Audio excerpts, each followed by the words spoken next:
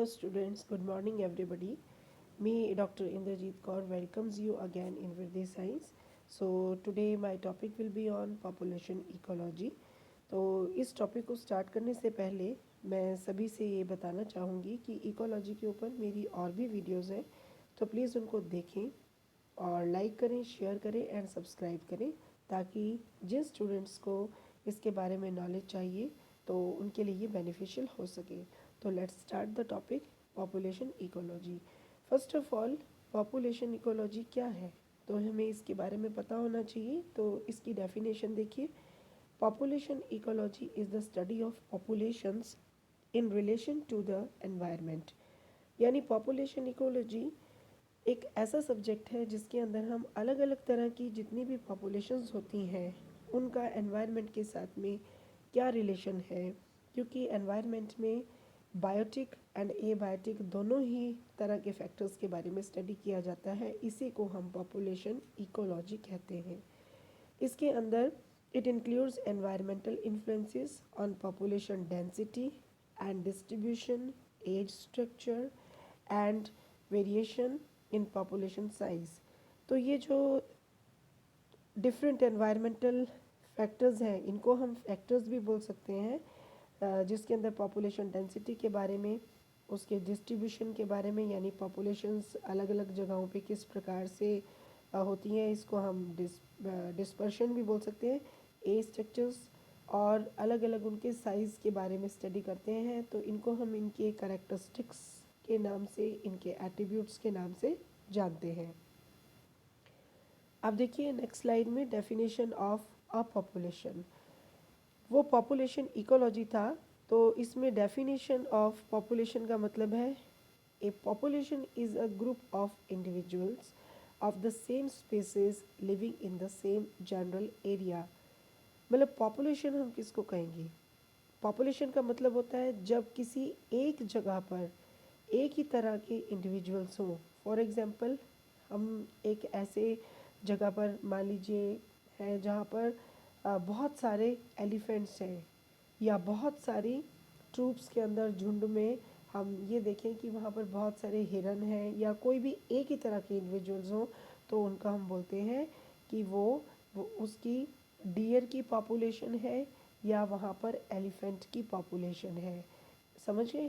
तो it means कि population के अंदर एक ही तरह के इंडिविजुअल्स होते हैं और वो एक ग्रुप में रहते हैं और एक ही एरिया में रहते हैं, उसको हम बोलते हैं पॉपुलेशन। अब नेक्स्ट देखिए density and dispersion. Density, density Hindi में बोला जाता है इसको घनत्व। Density is the number of individuals per unit area और वॉल्यूम। डेंसिटी जिसे हम घनत्व बोलते हैं, यानी किसी एक एरिया में, एक दिए गए क्षेत्र के अंदर कितने नंबर इंडिविजुअल्स के कितने मतलब वहाँ पर प्रेजेंट है। जैसे आप देखते हैं कि हम ये कहते हैं कि कुछ जगहों पर पॉपुलेशन बहुत ज़्यादा है जहाँ पर इकोलॉजिकल फैक्टर्स अच्छे होते हैं, यानी कि जहाँ पर बहुत ज़्यादा इंडिविजुअल्स रहते हैं, इसका मतलब वहाँ डेंसिटी बहुत अच्छी है, ज़्यादा है। और अगर किसी एक एरिया में इंडिविजुअल्स या वहाँ ये कह सकते हैं जनसंख्या कम हो, तो इसका मतलब वहाँ की डेंसिटी कम है। तो डिस्पर्शन, डिस्पर्शन का मतलब होता है it is a pattern of spacing among individuals with in the boundaries of the population. जो पॉपुलेशंस होती हैं उनकी बाउंड्रीज़ के हिसाब से जो वहाँ इंडिविजुअल्स हैं वो किस पैटर्न में है, उसको हम डिस्पर्शन बोलते हैं। तो डिस्पर्शन के अंदर अगर हम देखें तो डिस्पर्शन का मतलब वैसे आप कह सकते हो बिखराव, कि कितने एरिया में किस तरह से पॉपुलेशंस फैली हुई हैं। Population density result from interplay of processes that add individuals and those that remove them from the population. Population density जो होती है इसके अंदर आप देखिए कि किसी भी जगह का घनत्व या डेंसिटी डिपेंड करता है कि वहाँ के अगर इकोलॉजिकल फैक्टर्स अच्छे हैं तो वहाँ पर इमिग्रेशन, यानी कि वहाँ पर लोगों का बाहर से आकर रहना, और इसको हम इमिग्रेशन कहते हैं। और या वहाँ पर जन्म की दर ज़्यादा अच्छी है तो बर्थ की दर अच्छी होने पर भी वहाँ पॉपुलेशन डेंसिटी बढ़ती है, ऐड होती है इंडिविजुअल्स की। लेकिन अगर हम ये देखें कि वहाँ से पॉपुलेशन रिमूव हो जाती है, अब रिमूव होने का मतलब है या तो वहाँ से पॉपुलेशन किसी कारण से वहाँ से चले जाए, ई माइग्रेशन हो जाए, ई का मतलब होता है एग्जिस्ट होना, ठीक है, और या वहाँ से बहुत ज़्यादा डेथ होने लग जाए। तो कुछ एरियाज़ के अंदर अगर इकोलॉजिकल कंडीशंस ठीक नहीं होती हैं तो वहाँ से स्पीसीज़ जो है वो अपनी जगह से दूसरी जगह पर जाना शुरू हो जाती हैं। अब इसका एक जनरल सा एग्जांपल देखिए कि मान लीजिए हमारे देश इंडिया से यहाँ पर इकोलॉजिकल फैक्टर्स मतलब अर्निंग के केसेस पे लोग बाहर ज़्यादा जाते हैं फॉरेन कंट्रीज़ में, तो फॉरेन कंट्रीज़ के अंदर जाते हैं तो हमारे यहाँ से ई माइग्रेट एग्जिस्ट हो गए, तो ई माइग्रेशन हुआ और यहाँ से डेंसिटी कम हो गई, और जहाँ पर भी जैसे कनाडा है या और कंट्रीज़ हैं जहाँ पर वो जाते हैं तो वहाँ इमिग्रेशन हुआ, यानी वहाँ पर एंट्री हुई उनकी, तो वहाँ उनकी डेंसिटी बढ़ गई। तो इस तरह से पॉपुलेशन डेंसिटी जो होती है उसका भी अपना रोल जो है वो प्ले होता है बर्थ रेट पर, डेथ रेट पर, इन सब के ऊपर ये डिपेंड करती है किसी भी जगह की पॉपुलेशन की डेंसिटी कैसी होगी। Patterns of dispersion, patterns of dispersion का मतलब ये है कि एनवायरमेंटल एंड सोशल फैक्टर्स। अब इसके अंदर एनवायरमेंटल और सोशल फैक्टर्स का मीनिंग ये हुआ कि influence the spacing of individual in a population.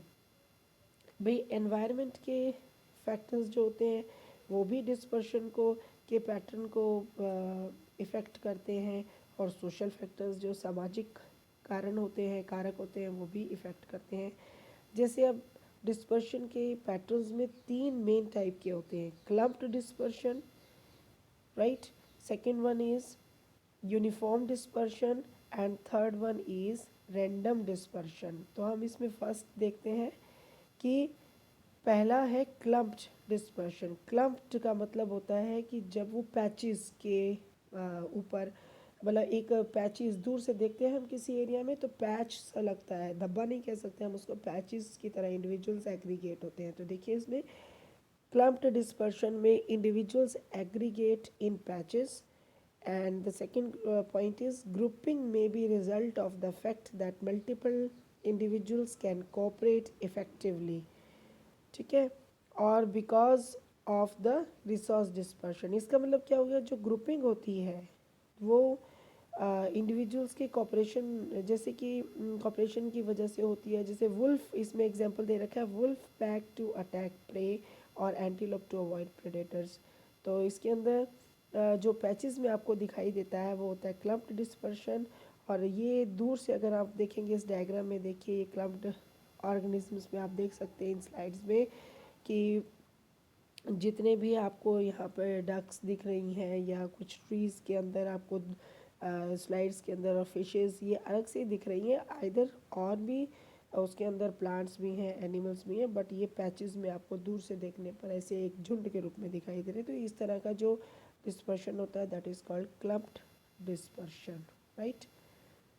The next slide is pattern of dispersion which called uniform. इसमें दूसरा पॉइंट आता है, इसमें डिस्पर्शन की दूसरी टाइप है जिसको कहते हैं यूनिफॉर्म। यूनिफॉर्म का मतलब होता है एक जैसा, इवनली डिस्ट्रीब्यूटेड, यानी यहाँ पर जो इंडिविजुअल्स होते हैं, जितने भी जो ऑर्गेनिजम्स होते हैं किसी एक एरिया में, वो एक तरह से लगभग समान संख्या में इधर उधर डिस्ट्रीब्यूशन में रहते हैं। It usually influenced by the social interactions such as territoriality.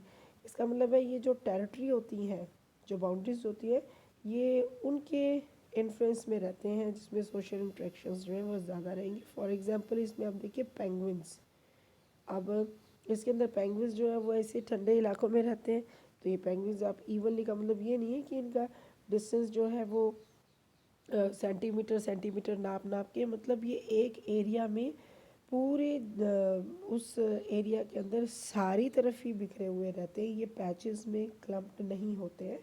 तो that's why they are known as uniform distribution of penguins. Third one is pattern of dispersion, जिसमें आता है रैंडम। रैंडम का मतलब होता है कहीं पर भी, uncommon pattern, you can say it, ये अनकॉमन पैटर्न होता है। इसमें देखिए random dispersion position of each individual is independent of other individuals.